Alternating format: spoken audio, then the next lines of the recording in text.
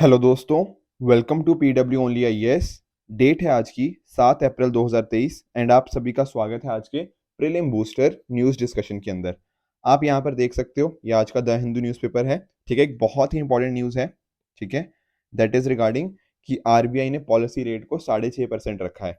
अब इस particular news को ना थोड़ा समझना जरूरी है। वैसे तो देखो, कई बार मैं आपके साथ डिस्कस मल्टीपल टाइम्स कर चुका हूँ, जब भी ये रेपो रेट में चेंजेस होते हैं या नहीं भी होते तब भी।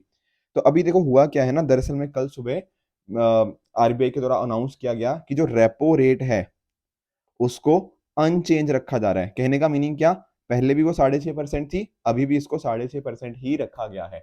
अब आप सभी जानते हो रेपो रेट का मीनिंग तो सबको पता है ना, कि वो रेट जहां पे कहीं ना कहीं जो रिजर्व बैंक ऑफ इंडिया वो लेंड करता है किसको, बैंकों को। अगर ये रेट इंक्रीज हो जाता है तो बैंकों के पास महंगे रेट पे पैसा आएगा एंड कहीं ना कहीं हमारे जैसे कस्टमर्स जो होंगे उनको भी महंगे रेट पे मिलेगा। हम कम कहीं ना कहीं लोन लेंगे। ठीक है, तो कहीं ना कहीं एक्सपेंशन कम हो सकती है। But at the same time अगर मान लो महंगाई बहुत ज्यादा है, मुद्रास्फीति बहुत ज्यादा है, इन्फ्लेशन बहुत ज्यादा हो रखी है, तब इन्फ्लेशन को अगर कंट्रोल करना हो तो आरबीआई या मॉनेटरी पॉलिसी कमेटी जो होती है हमारी, वो क्या करती है, वो रेपो रेट को बढ़ा देती है। रेपो रेट बढ़ने से क्या होता है, जो महंगाई बहुत ज्यादा बढ़ रखी है ना, उसको कहीं ना कहीं कंट्रोल किया जा सकता है। तो दरअसल में हुआ क्या था ना, अगर आप नोटिस करो, जैसे कोविड-19 पेंडेमिक आया, जस्ट स्टार्टिंग के डेज की बात कर रहा हूँ, उस टाइम पे हमारा फोकस था कि इकोनॉमी को हमें एक्सपैंड करना है। तो इकोनॉमी को एक्सपैंड करने के लिए क्या किया आरबीआई ने या मॉनेटरी पॉलिसी कमेटी ने, रेपो रेट को कम कर दिया। वो हो गया था कितना, 4% के अराउंड। ठीक है, लोगों के पास आसानी से लोन जा पाए, लोग उसको स्पेंड करें, ये सारी यहाँ पे फोकस रहा। पर 2022 के आसपास ना, जब स्टार्टिंग हुआ 2022 का, तो हमने देखा कि दुनिया में महंगाई का खतरा बहुत बढ़ने लग गया और धीरे धीरे हम क्या करने लग गए, रेपो रेट को इंक्रीज करने लग गए और ये बढ़ता बढ़ता कहां तक पहुंच गया है, अभी 6.5% के ऊपर पहुंच गया है। आई बात समझ में कि कब इसको कम क्यों किया, इंक्रीज क्यों किया। आई होप ये सारी चीजें आप यहाँ पर समझ गए होंगे। तो सर कल क्या हुआ है, कल यही चीज हुई है कि कल वहां पे 6.5% था, इसको 6.5% ही रखा गया है। अब आप लोग सोच रहे होंगे सर ये कौन तय करता है कितने परसेंटेज रखना है। देखो ये तय किया जाता है by monetary policy committee, MPC. बहुत बार डिस्कशन भी कर चुका हूँ यहाँ पर। एमपीसी के अंदर आपके 6 मेंबर्स होते हैं। इसमें से 3 मेंबर्स आते हैं आपके आरबीआई की तरफ से और बाकी के 3 आते हैं आपके गवर्नमेंट की तरफ से। एक हो गए आपके यहाँ पे आरबीआई गवर्नर साहब, ठीक है, जो कि इस पर्टिकुलर मॉनेटरी पॉलिसी कमेटी के एक्स ऑफिशियो चेयरमैन भी होते हैं। ठीक है ना, कि बाय द वर्च्यू ऑफ इस पोस्ट वो यहाँ पे इसके चेयरमैन होते हैं मॉनेटरी पॉलिसी कमेटी के। आरबीआई गवर्नर, साथ में 2 लोग आरबीआई के और उसी तरह से गवर्नमेंट की तरफ से 3 यहाँ पे नॉमिनेटेड मेंबर्स होते हैं। तो इस तरह से 6 मेंबर की ये कमेटी होती है, एमपीसी कमेटी। इनका फोकस क्या है, फोकस यही है कि हमारा जो इन्फ्लेशन होना चाहिए कहीं ना कहीं वो 4 ± 2 इस परसेंटेज के बीच में रहना चाहिए, यानी कि कहने का मतलब 2 से 6% के बीच में रहना चाहिए। अभी हमारा इन्फ्लेशन थोड़ा सा हायर एंड पे चल रहा है, तो उस वजह से पिछले कुछ टाइम्स के अंदर हमने इसको इंक्रीज करते आ रहे हैं रेपो रेट। तो कल पता क्या हुआ, कल ये हुआ कि 6 के 6 मेंबर्स, ठीक है, ऑल 6, इनका एक यूनानिमस डिसीजन था। कहने का मीनिंग क्या, ऑल 6 वर इन फेवर कि हमें रेपो रेट इतना ही रखना चाहिए, हमें इंक्रीज नहीं करना। आई बात समझ में।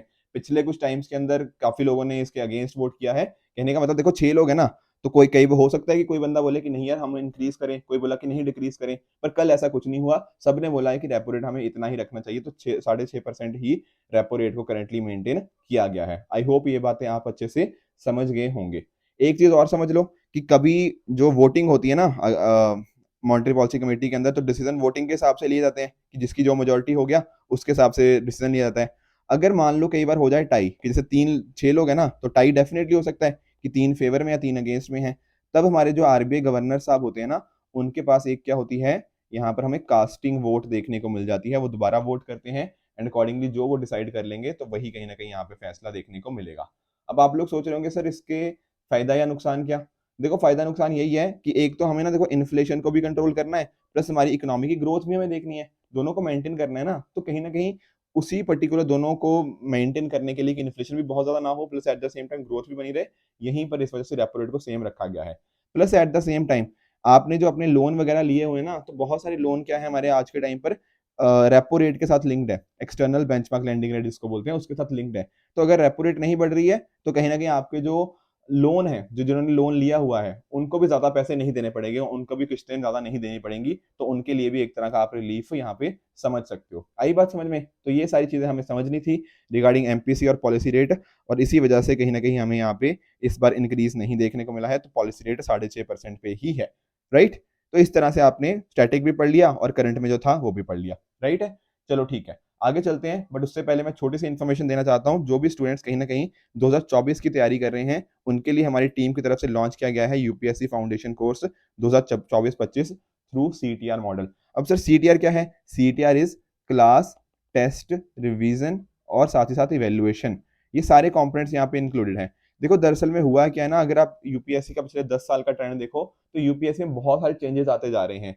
अब हो क्या रहा है ज्यादातर अभी ना, पर क्या हम जो हमारे हमारे तरीके होते हैं उनको पढ़ने के, कैसे हमें इस पर्टिकुलर एग्जाम को अप्रोच करना चाहिए, तो उनमें भी तो कुछ ना कुछ चेंजेस चाहिए। तो डेफिनेटली हमारी टीम की तरफ से ना यहाँ पर बहुत सारे इनोवेशन लेकर आया गया है जो आपको हेल्प करेंगे इस एग्जाम को क्लियर करने के लिए थ्रू दिस इनोवेटिव अप्रोच। ठीक है, तो बहुत सारे यहाँ पे आपको नोटिस कर सकते हो कि बहुत सारे आपके फीचर्स यहाँ पे देखने को मिल जाएंगे। आपका डाउट सॉल्व मित्र हो गया, मेमोरी क्रिएटर हो गया, ताकि लंबे टाइम तक आपको चीजों की समझ रहे, कहीं ना कहीं आप प्रॉपर टेस्टिंग, रिवीजन और इवेल्युएशन के माध्यम से उनको अपने दिमाग में रिटेन करो और एग्जाम में अच्छे से उनको उसको क्रैक कर पाओ। राइट, तो ये जो पर्टिकुलर बैच है ये स्टार्ट हो रहा है 23 अप्रैल से। अगर आपके कोई भी डाउट्स हैं आप डेफिनेटली हमारे इन नंबर्स पे कांटेक्ट कर सकते हो। साथ में मैंने ना नीचे एक गूगल फॉर्म भी डाला है, ठीक है, तो आप उस गूगल फॉर्म को फिल कीजिए। ठीक है ना, डेफिनेटली आपके जो भी डाउट्स होंगे वो इस पर्टिकुलर गूगल फॉर्म के थ्रू रिजॉल्व कर दिए जाएंगे, प्लस आपके पास कॉन्टैक्ट नंबर भी यहाँ पर आपको मिल ही जाएगा। ठीक है, तो ध्यान क्या रखना है, 23 अप्रैल से ये पर्टिकुलर बैच स्टार्ट हो रहा है, बहुत हेल्पफुल होने वाला है आप सभी के प्रेपरेशन के लिए। राइट, चलिए आगे चलते हैं। और कल मैंने आपको होमवर्क दिया था नथुला के बारे में। अब सर होमवर्क ना मैंने इसलिए दिया था क्योंकि एक दो दिन से न्यूज में था। देख लेते हैं सर क्यों न्यूज में था। देखो दरअसल में हुआ क्या है ना कि 7 टूरिस्ट की डेथ हो गई है और बहुत सारे लोग इंजर हुए हैं जब एक अवलांच इस पे यहाँ पे नथुला रोड पे हमें देखने को मिला। तो थोड़ी हमें लोकेशन हमें यहाँ पे समझ लेनी चाहिए। तो देखो यहाँ पर आप नोटिस करो, ये है इंडिया और यहाँ पर आपको चाइना दूसरी साइड देखने को मिल जाएगा। तो ये एक तरह का माउंटेन पास है। ठीक है, किसके बीच में? हिमालयास के दोंकिया रेंज में हमें देखने को मिलेगा। एक साइड पे आपको तिब्बत देखने को मिलेगा जो चाइना का ही पार्ट है अब तो। ठीक है ना, जो चाइना का तिब्बत ऑटोनोमस रीजन हो गया, और दूसरी साइड आपको सिक्किम जो इंडिया का पार्ट है वो देखने को मिल जाएगा। तो इन दोनों को कनेक्ट करता है Sikkim to China Tibet autonomous region. ये ओल्ड सिल्क रूट पे आपको देखने को मिल जाएगा and this is one of the highest motorable roads in the world. ध्यान रखना मैंने हाईएस्ट नहीं बोला, वन ऑफ द हाईएस्ट बोला है। ठीक है, तो फर्क होता है दोनों के अंदर। तो आई होप ये चीज आप समझ गए होंगे। ठीक है, तो आप नोटिस करो कि नथुला जो है ना, it is one of the 3 open trading border post between India and China. कहने का मीनिंग क्या, आप यहाँ पे ट्रेडिंग कर सकते हो। ठीक है, मैं समझाता हूँ। देखो एक तो है हमारे यहाँ पे शिपकिला, आपको पता होगा शिपकिला कहाँ पर है? शिपकिला आ जाता है सर हिमाचल प्रदेश के अंदर। उसी तरह से आपको लिपू लेक के बारे में पता होगा। ठीक है, तो बहुत ही फेमस है, उत्तराखंड में देखने को मिलता है। राइट, उसी तरह से नाथुला। ये 3 इंडिया और चाइना के बीच में ओपन ट्रेडिंग की बॉर्डर पोस्ट है। ठीक है, यहाँ पर आप सामान खरीद बेच सकते हो। ये 3 आपको बॉर्डर पोस्ट का अच्छे से पता होना चाहिए। ठीक है, तो ये जो पास्ट है, सॉरी ये पास है, ये कनेक्ट करता है कालिम्पोंग और गैंगटॉक को विलेजेस के साथ लोअर चिम्बू वैली के। तो ये भी आपको पता होना चाहिए। साथ में आप नोटिस करो कि 1962 की जो इंडिया चाइना की वॉर हुई थी ना, उसके बाद इसको सील कर दिया गया था। फिर 2006 में वापस यहाँ पे ओपन कर दिया गया। हमारे यहाँ पे ना चाइना के साथ बहुत सारे एग्रीमेंट्स होते रहे हैं, कहीं ना कहीं कॉन्फिडेंस बिल्डिंग मेजर्स वगैरह वगैरह लिए गए हैं यहाँ पे। उसके बाद हमने इसको रीओपन कर दिया गया था 2006 के अंदर। अगर और पास देखने आपने सिक्किम के अंदर तो आपको जेलपला हो गया, डोंकिया हो गया और चीवा भानजांग पास भी देखने को मिल जाएगा। तो आई होप आप नथुला की लोकेशन समझ गए होंगे। कहीं ना कहीं लोकेशन से ही क्वेश्चन आएगा और वो हमने अच्छे से कवर कर ली। अब सर कल के लिए क्या होमवर्क है? कल के लिए है G4 नेशंस का मीनिंग क्या है और कौन सी 4 कंट्रीज की मैं बात कर रहा हूं, और साथ ही साथ इसके साथ एक वर्ड और रिलेटेड है यूनाइटेड फॉर कंसेंसस। इसका मीनिंग क्या होता है? ये दोनों का आंसर आप मुझे कमेंट सेक्शन में बताओगे कि इनका मीनिंग क्या होगा। और सिमिलरली प्रीवियस ईयर क्वेश्चंस के अंदर एक मैं क्वेश्चन दे रहा हूं आपको रिगार्डिंग रेयर अर्थ मेटल्स। अब ये होमवर्क पता क्यों दे रहा हूं? क्योंकि रेयर अर्थ मेटल्स भी आज के न्यूज़पेपर में आए हैं। ठीक है, फिर कल हम इनको डिस्कस कर लेंगे, ये क्वेश्चन को भी अटेम्प्ट हो जाएगा आपकी तरफ से और कहीं ना कहीं हमारा टॉपिक भी कवर हो जाएगा। ठीक है, तो यही कहीं ना कहीं तरीका अपनाओगे ना तो रिवीजन भी होती रहेगी और अच्छे से आप कहीं ना कहीं चीजों को समझते भी रहोगे। राइट, चलते हैं अगले टॉपिक की तरफ, that is UN statistical commission. अब देखो इसको समझने की कोशिश करो कि आखिर यूनाइटेड नेशन स्टैटिस्टिकल कमीशन क्या होता है। दरअसल में क्या है ना, बात यहाँ पे स्टैटिस्टिक्स की हो रही है, उस पर मैं आऊंगा कि स्टैटिस्टिक्स में हम किसकी बात कर रहे हैं। अभी अगर बात करें तो यहाँ पर ना यूनाइटेड नेशंस के अंदर एक इलेक्शन हुआ रिगार्डिंग स्टैटिस्टिकल। मैं समझाता हूँ। यहाँ पर 4 कंट्रीज थी, इंडिया, चाइना, साउथ कोरिया और साथ ही साथ यूएई। यहाँ पर वोटिंग होनी थी कि किस तरह से कौन सी कंट्री जो होगी वो जो हमारा एशिया पैसिफिक रीजन है ना, वहां से कौन रिप्रेजेंट करेगा। तो 4 कंट्रीज में से 2 कंट्रीज को यहाँ पे एशिया पैसिफिक की तरफ से नॉमिनेट किया जाना था या फिर वोटिंग होनी थी। तो यहाँ पर हुआ क्या है कि इंडिया को यहाँ पे हाईएस्ट वोट्स मिली हैं, इंडिया को 46 वोट्स मिली हैं आउट ऑफ टोटल 53 कंट्रीज। उसी तरह से चाइना, साउथ अफ्रीका को भी, अदरवाइज साउथ कोरिया सॉरी, इनको अलग अलग वोट्स मिली हैं, वो हमारे ध्यान में रखने की जरूरत नहीं है, पर आप समझ गए कि इंडिया को यहाँ पे सिलेक्ट किया गया है। अब आप लोग सोच रहे होंगे सर ये सिलेक्ट कैसे किया गया और क्यों किया गया है। देखो, एक्चुअल में ना यूएन के 6 प्रिंसिपल ऑर्गन्स आपको देखने को मिलेंगे। कौन कौन से सर? मैंने आपको बताए हुए हैं, UN general assembly, UN security council, आप एक ट्रस्टीशिप काउंसिल हुआ करता था, इंटरनेशनल कोर्ट ऑफ जस्टिस, इसके साथ ही साथ यूएन का जो सेक्रेटेरिएट हो गया, एंड लास्टली जो छठा है यूएन इकोसॉक। ठीक है ना, तो ये सारे हमने पढ़े हुए हैं। जब हम बात करते हैं इकोसॉक की, इकोनॉमिक एंड सोशल काउंसिल, तो ये जो यूएन स्टैटिस्टिकल कमीशन है ना, वो इसमें आता है। ठीक है, तो एक्चुअल में होता क्या है ना कि यूएन इकोसॉक में आपको टोटल 54 कंट्रीज देखने को मिलती हैं। आज के टाइम पर यहाँ पे टोटल 53 कंट्रीज हैं। तो हुआ क्या, इन 53 कंट्रीज के द्वारा यहाँ पे वोटिंग करी गई, ताकि हम देख पाए कि आने वाले टाइम्स के लिए हम कितने, कौन सी कंट्रीज को यहाँ पे चाहते हैं जो कि पार्ट बने किसका, यूएन स्टैटिस्टिकल कमीशन का। आई बात समझ में? तो वोटिंग कहाँ पे हुई है, इकोसॉक के मेंबर्स के द्वारा करी गई है, जो 53 मेंबर्स आज के टाइम पर देखने को मिलते हैं। और इसमें इंडिया का काफी सही रिस्पॉन्स रहा, और उस वजह से इंडिया 4 सालों के लिए, ठीक है ध्यान रखना, इंडिया यहाँ पे 4 ईयर्स के लिए यहाँ पे सिलेक्ट हो गया है। कब से स्टार्ट होगी ये टर्म? जनवरी 1 2024 से। तो आई होप क्या मीनिंग है इसका, कैसे इंडिया को सिलेक्ट किया गया, वो आप समझ गए होंगे। अगर बात करें यूएन स्टैटिस्टिकल कमीशन की, तो इसको एस्टेब्लिश किया गया था 1947 के अंदर, और ये हाईएस्ट बॉडी है ग्लोबल स्टैटिस्टिकल सिस्टम की, जहां पर दुनिया भर के जो चीफ स्टैटिस्टिक्स होते हैं वो साथ में आते हैं। ठीक है, तो जो भी देखो स्टैटिस्टिक्स के रिगार्डिंग काम है, प्रॉपर स्टैंडर्ड्स को मेंटेन करना, वो इसके द्वारा देखा जाता है। ठीक है ना, आप देख रहे हो स्टैटिस्टिक्स के रिगार्डिंग जितना भी काम है वो सारे यहीं पर इसके द्वारा ही देखा जाता है। साथ में आपको मैं एक एग्जांपल देता हूं। जैसे आप कोई एरिया देखो, ठीक है, जैसे मान लो ये कोई एरिया है, अब इस एरिया का नाम क्या होना चाहिए? कोई बोलेगा कि भैया इसको सी ऑफ जापान रख दो, क्योंकि ये जापान के पास में है। कोई बोलेगा कि नहीं, आप सी ऑफ जापान क्यों कह रहे हो, सी ऑफ रशिया रख दो इसको।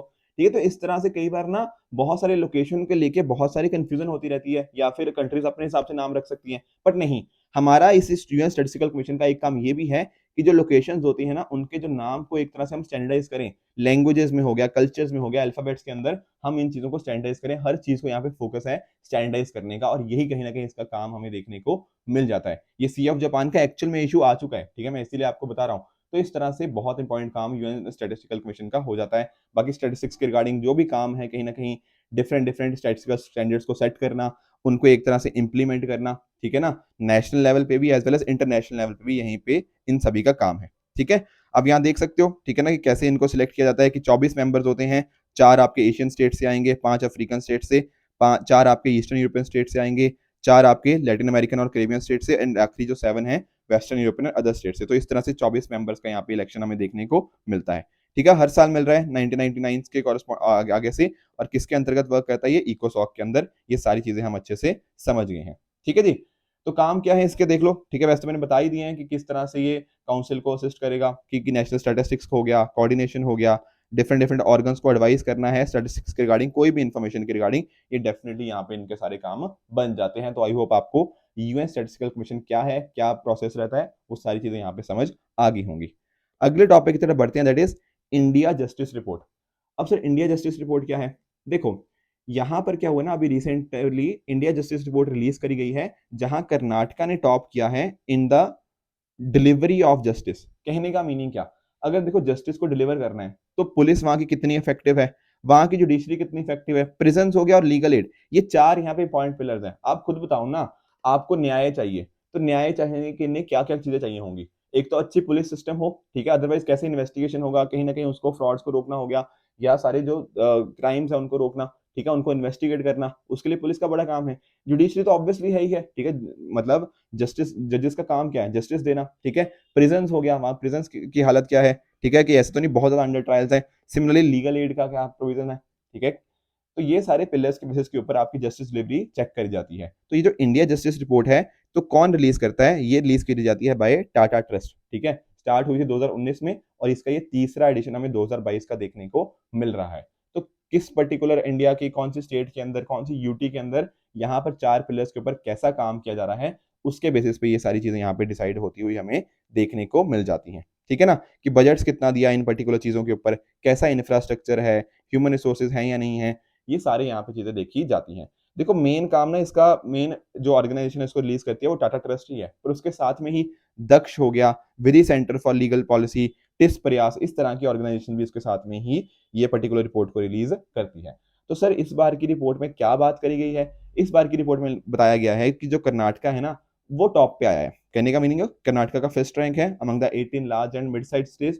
उसी तरह से तमिलनाडु का आपका सेकंड रैंक, तेलंगाना का थर्ड और उत्तर प्रदेश का रैंक नीचे देखने को मिलेगा आपको, रैंक 18 के ऊपर among all the large and mid size states. तो कहीं ना कहीं वहां पे उत्तर प्रदेश को काम करने की जरूरत है। बात करें देखो 7 स्मॉल स्टेट्स की, ठीक है, जिनकी पॉपुलेशन 1 करोड़ से कम है, तो वहां पर सिक्किम टॉप पे था। ठीक है, तो इस तरह से आपको ये चीजें भी पता होनी चाहिए। इसके अलावा यहाँ पर कि आपके ह्यूमन राइट्स जो कमीशन है, स्टेट ह्यूमन राइट्स कमीशन है, वो कैसा काम कर रहे हैं, उनके लिए भी इन्होंने सेपरेटली एक्सेस किया है। ठीक है, साथ में इन्होंने ये बात नोटिस करी है कि जो हमारी स्टेट्स हैं उन्होंने लीगल एड के ऊपर अपना जो बजट एलोकेशन है ना वो बढ़ा दिया है, पर जो लीगल एड क्लिनिक्स है वो कम हो गए हैं। ठीक है, तो इसके ऊपर भी थोड़ा सा ध्यान देने की जरूरत है अगर कहीं ना कहीं हमें जस्टिस को और इंप्रूव करना है। ठीक है, तो ये सारी चीजें आप नोटिस यहाँ पे कर सकते हो कि जो सारी स्टेट्स और यूटीज हैं वो अपना 60% से ज्यादा लीगल एड बजट्स को कंट्रीब्यूट करती हैं, तो ये भी इंपॉर्टेंट हमारे लिए हो जाता है। नेक्स्ट हमारा टॉपिक है बसोली पेंटिंग्स। ठीक है, हो सकता है मैं मेरी प्रोनाउंसिएशन थोड़ी सी गलत हो। ठीक है, तो देखो ये जो पर्टिकुलर टाइप ऑफ पेंटिंग है ना, पहले तो आपको समझना चाहिए कि कहाँ से आ रही है। ये बात करें हम कथुआ डिस्ट्रिक्ट की। कथुआ डिस्ट्रिक्ट कहाँ पर है सर? ये जम्मू कश्मीर की हम बात कर रहे हैं। ठीक है, तो ध्यान रखना बसोली पेंटिंग को आपसे पूछे किससे रिलेटेड है, तो जम्मू एंड कश्मीर से रिलेटेड है। वहां से जो कथुआ डिस्ट्रिक्ट है उसने जीआई टैग, जीआई टैग्स तो हम इतनी बार डिस्कस कर चुके हैं। ठीक है, आपके स्टेट्स के मैंने जीआई टैग्स पूछे भी थे आप सभी से, तो जीआई टैग इसको ऑब्टेन हुआ है। और ये पहली बार है जीआई टैग्स के जीआई रजिस्ट्रेशन के अंतर्गत कि जो जम्मू रीजन है ना उसको हैंडीक्राफ्ट के लिए कोई जीआई टैग मिला हो, तो बहुत ज्यादा इंपॉर्टेंट हमारे लिए हो जाता है। आप यहाँ पे ना एक बार पिक्चर देखो इसको, आप इसको देख के, इस पेंटिंग को देख के कहीं ना कहीं आप समझ जाओगे कि क्या पर्टिकुलर चीजें इस पर्टिकुलर एरिया के रिगार्डिंग बहुत ज्यादा इंपॉर्टेंट है। जैसे फॉर एग्जांपल आप नोटिस कीजिए, यहाँ पर मिनिएचर आर्ट स्टाइल बड़ा पॉपुलर है और जो कलर्स है ना काफी विविड है। ठीक है ना, तो जैसे फॉर एग्जांपल स्पेशली मैं अगर बात करूं तो गेरुआ रंग जो होता है, ठीक है, जिसको ऑक्र येलो बोलते हैं, वो काफी यूज किया जाता है। हल्का पीला, हल्का भूरा रंग भी आपको देखने को मिल जाएगा। ठीक है ना, और ये जो पेंटिंग है ना ये जनरली हम पेपर के ऊपर, ठीक है, कोई कपड़े के ऊपर करते हैं या वुड के ऊपर भी करी जा सकती है। और जो फोकस होता है वहां पर हम नेचुरल पिगमेंट्स को यूज करते हैं। आई बात समझ में? डाइस को भी यूज करते हैं और नेचुरल पिगमेंट्स को भी हम यूज यहाँ पे देखने को मिल जाता है। यहाँ पर ना जैसे आप देख भी रहे हो, ठीक है, जैसे लोकल रूलर्स के ऊपर हो सकती है या फिर राधा कृष्ण जो हो गया उनके रिगार्डिंग हो गया, जो माधव मालती का प्यार की थीम्स हैं उनके ऊपर, भगवत पुराण के ऊपर, इस तरह की थीम्स हमें यहाँ पे प्रोमिनेंट देखने को मिलती है। और ये जो पर्टिकुलर पेंटिंग स्टाइल है ये 17th 18th सेंचुरी में काफी ज्यादा फ्लरिश हुआ, वहां पे जो लोकल रूलर्स थे उनकी पैट्रोनेज के अंतर्गत। और इनको पहाड़ी पेंटिंग्स की पहली स्कूल भी इस तरह से बोला जाता है। थीम्स मैं आपको बता ही चुका हूँ और क्या इनके फीचर्स हैं वो हमने समझ ही गए हैं। अगर आप यहाँ पे नोटिस करोगे ना तो यहाँ पे आपको काफी कॉस्ट्यूम्स के ऊपर काफी ज्यादा फोकस देखने को मिलेगा। साथ में इनकी जैसे आईज है, ठीक है, तो आईज को काफी थोड़ा बड़ा बनाया गया है, फेसेस को थोड़ा स्टाइल ज्यादा किया गया है। ठीक है, तो इस तरह से ज्योमेट्री का भी यहाँ पे ना अच्छे से यूज किया गया है, ब्राइट कलर्स का यूजेज है और जो ज्योमेट्रिकल पैटर्न्स होते हैं इन सभी का यहाँ पे यूजेज हमें देखने को डेफिनेटली यहाँ पे मिल जाता है। तो ये कुछ इंपॉर्टेंट फीचर्स थे बसोली पेंटिंग के रिगार्डिंग जो हमें अच्छे से पता होने चाहिए थे। अब कल मैंने आपको एक प्रीवियस ईयर क्वेश्चन दिया था माइक्रो बीट्स के रिगार्डिंग। ठीक है, इसको एक बार समझ लेते हैं। देखो पहले हम समझते हैं, आप प्लास्टिक के बारे में तो जानते हो, ठीक है ना, सभी जानते हैं, आई एम वेरी श्योर। एक होता है हमारे पास माइक्रो प्लास्टिक। माइक्रो प्लास्टिक का मतलब क्या है? देखो यहाँ मीनिंग होता है आपकी जो छोटे छोटे स्मॉल प्लास्टिक के पीसीज होते हैं जिनका जो साइज होता है ना वो 5 मिलीमीटर से कम होता है। आई बात समझ में? माइक्रो का मीनिंग आप जानते हैं छोटा, तो 5 मिलीमीटर से अगर साइज छोटा होता है ना तो उसको हम माइक्रो प्लास्टिक बोलने लग जाते हैं। अब ये जो माइक्रो प्लास्टिक होते हैं ना इसमें अंदर हमें देखने को मिलते हैं माइक्रो बीड्स। कहने का मतलब क्या? बहुत ही छोटे छोटे, जैसे मान लो कि 1 मिलीमीटर से भी जो छोटे हो गया, ठीक है, इस तरह के सॉलिड प्लास्टिक के पार्टिकल्स को बोलते हैं माइक्रो बीड्स। ठीक है, 1 मिलीमीटर से भी जो छोटे होते हैं। अभी जो माइक्रो बीड्स होते हैं ना ये बहुत जगह यूज होते हैं। आप लोग क्रीम वगैरह लगाते हो, जैसे सनस्क्रीन लगाते हो या, ठीक है ना, तो इस तरह की जो कॉस्मेटिक के जो प्रोडक्ट्स होते हैं, आपके जितने भी पर्सनल केयर के प्रोडक्ट्स होते हैं उन सभी में ज्यादातर में आपको माइक्रोबीड्स देखने को मिल ही जाते हैं। ठीक है, ये जो भी आपको क्रीम हो गया, इस तरह के पाउडर्स वगैरह भी आप इसके अंदर भी आपको देखने को मिल जाएंगे। तो इनको काफी ज्यादा यूज किया जाता है। इसके अलावा इनफैक्ट इंडस्ट्रीज के अंदर भी कुछ ना कुछ इसका यूज होता है, इंडस्ट्रियल स्क्रबर्स हो गया, तो यहाँ अलग अलग जगह इनका यूज होता है। अब देखो ये बहुत ज्यादा छोटे हैं, ठीक है।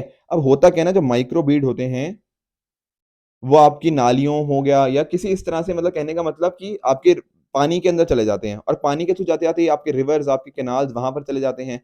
उस वजह से होता क्या है, देखो था तो क्या इन दी एंड ये प्लास्टिक ही था ना, तो प्लास्टिक ने कहीं ना कहीं क्या कर दिया, आपका वाटर पोल्यूशन कर दिया। फिर बाद में कल को जब ये कहीं ना कहीं जाएगा जहां पर आपकी फिशेस हो गया, ठीक है, आपके जो एम्फीबियंस हो गया, कहीं ना कहीं जो भी इस तरह से आपके वाइल्ड लाइफ है, वो भी तो इसको कंज्यूम करेगी। Answer is yes. उनको लगता है कि ये तो हमारा कुछ खाना आ रहा है, पर दरअसल में वो माइक्रो बीड्स हैं, जो कि एक तरह का प्लास्टिक का ही फॉर्म है। ठीक है, अब इससे होता क्या है, प्लास्टिक की वजह से इनका जो थ्रेट है, इनका एग्जिस्टेंस का, वो बहुत ज्यादा बढ़ जाता है। ठीक है, तो फूड चेन के ऊपर बहुत ज्यादा नेगेटिव इंपैक्ट इसका देखने को मिलता है। स्पेशली हम बात करें यहाँ पे मेरीन इकोसिस्टम की, तो इसका आंसर क्या हुआ, option number A, they are consider harmful to marine ecosystem. तो बहुत अच्छे से आपको पता होना चाहिए। मल्टीपल आर्टिकल्स है, मतलब 2018-19 से कंटिन्यूअसली हर 6 महीने में ना इसका ऊपर आर्टिकल देखने को मिल ही जाता है। उससे मतलब रेडर आई शुड से कि 2-3 महीने में इसके ऊपर आर्टिकल्स हमें देखने को मिलता ही रहता है। तो इसलिए डेफिनेटली हमारे एग्जाम के लिए बहुत ज्यादा इंपॉर्टेंट हो जाता है। किसी ने तो देखो सटायरिकल वे में बोला था, या जैसे भी था, ऐसा भी बोल रहे हैं कि 2050 तक हो सकता है कि हमारे जो ओशियंस हैं वहां पर शायद फिश कम हो और प्लास्टिक ज्यादा होगा। हम इतना ज्यादा प्लास्टिक का नहीं यूज कर रहे हैं। तो मरीन इकोसिस्टम के लिए माइक्रोबीट्स तो डेफिनेटली बहुत ज्यादा हार्मफुल हमें देखने को मिल जाते हैं। राइट, तो ये थे जो हमें कल डिस्कस करने थे आज। और ये मैं 5 क्वेश्चन दे रहा हूं, जिन पर्टिकुलर क्वेश्चंस का आंसर आप मुझे जो कमेंट सेक्शन में बताओगे कौन सा ठीक है कौन सा गलत है, फिर कल हम इनको अच्छे से डिस्कस कर लेंगे। कल जो मैंने आपको 5 क्वेश्चन दिए थे ना, उनको एक बार मैं क्विकली आपको आंसर बता देता हूं। पहला था आइंस्टाइन टाइल के रिगार्डिंग, थोड़ा टेक्निकल टॉपिक था, पर हमने इसको समझा था कि यहाँ पर रेपिटेशन देखने को नहीं मिलता और ये अपीरियोडिक मोनोटाइल ही है, तो ये बात बिल्कुल यहाँ पे हमें ट्रू देखने को मिल जाती है। दूसरा, world energy transition outlook report, क्या ये इंटरनेशनल एनर्जी एजेंसी के द्वारा, आईईए के द्वारा करी जाती है? The answer is false. देखो याद करो, मैंने इंटरनेशनल रिन्यूएबल एनर्जी एजेंसी की बात करी थी, ये अलग है और आईईए अलग है। ठीक है, तो यहाँ पे ये स्टेटमेंट फॉल्स हो जाएगी। तीसरा, नथुला, ठीक है, ये बताना, ये मैंने आज के लिए भी आपको होमवर्क दिया है, क्योंकि कल ना आप में से काफी लोगों ने इसका होमवर्क करा ही नहीं है। ठीक है, बहुत सारे लोगों ने इसको स्किप कर दिया कि थर्ड के सामने ब्लैंक डाल दिया, ऐसा मत करो। ठीक है, इसलिए मैंने आज दोबारा होमवर्क दिया है, तो इसका मैं आंसर आज नहीं बता रहा। चौथा, international conference on human wildlife conflict and coexistence, क्या इसको ऑर्गेनाइज किया गया by IUCN, FAO and UNDP? Sir ये बात बिल्कुल ट्रू है, तो फोर्थ हमारा ट्रू हो गया।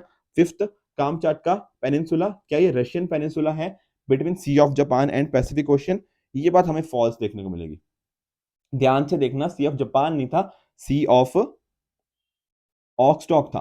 ठीक है, वेस्ट में हमें सी ऑफ ऑक्सटॉक देखने को मिलता है, एंड बाकी हमने ईस्ट में देखा था बेरिंग सी, जो हमें देखने को मिलता था। ठीक है, तो इस तरह से आपको ये चीजें पता होनी चाहिए। तो आई होप ये बात आप समझ गए होंगे कि ये क्यों फॉल्स है। अगर नहीं समझ आया, एक बार इसका मैप देख लेना, आप अच्छे से समझ जाओगे। राइट, तो ये थी आज की डिस्कशन। इसी तरह से इन 5 क्वेश्चंस का आंसर, प्लस साथ ही साथ जो मैंने आपसे रेयर अर्थ मेटल्स के रिगार्डिंग, ठीक है, जो क्वेश्चन पूछा है वो वाला, एंड साथ ही साथ जो आपके G four or united for consensus का क्वेश्चन है, इन सभी क्वेश्चंस का answer along with true and false आप मुझे नीचे कमेंट सेक्शन में बताओगे क्या ठीक है क्या गलत है, फिर कल हम उन सभी को भी डिस्कस कर लेंगे। अगर आप सभी को इस लेक्चर की पीडीएफ चाहिए, तो आप हमारे Telegram channel only as nothing else पे जाके इसकी पीडीएफ को एक्सेस कर सकते हो एंड अपनी प्रिपरेशन को और भी बेहतर बना सकते हो। ठीक है फ्रेंड्स, तो ये थी आज की डिस्कशन। आई होप आपको आज की डिस्कशन अच्छे से समझ आई होगी। इसी तरह से आप भी अपने एंड पे हार्ड वर्क करते रहिए। Goodbye and good luck.